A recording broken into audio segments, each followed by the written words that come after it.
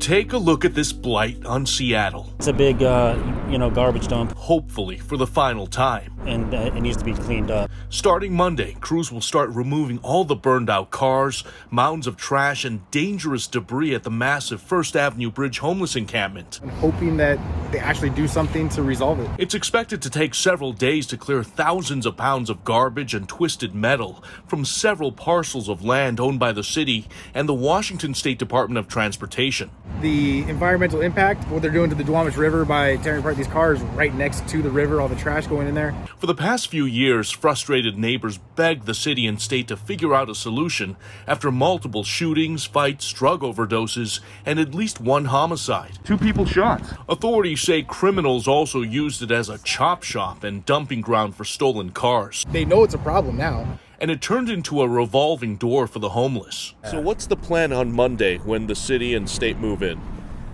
Just watch them destroy our lives, man, the little bit of lives that we had going on, Edgar Bucio says he's frustrated, but he's heading into temporary housing. I'm just grateful that I'm getting out of here, man, you know what I mean? It's been a long, rough 4 years. At this point, there are fewer than 10 people left at this encampment. We've known for a long time, and I've just been I've had a lot of anxiety and panic about it. Imra Van Wolvlaer lives in this RV with his wife and says they've rejected housing and would prefer to stay. We're comfortable here, even though it's probably one of the worst neighborhoods in Seattle. It's what we call home.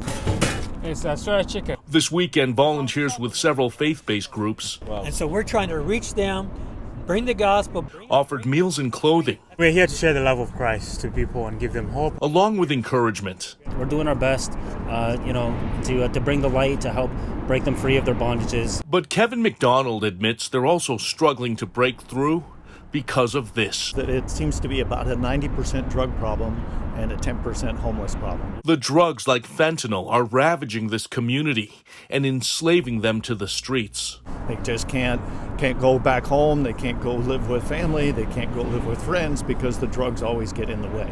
Well, I'm glad they're finally getting it cleaned up. One of the lone bright spots, this man who goes by Weaver. I interviewed him last year after his RV burned down, but he says that incident also forced him to take the next step in his journey.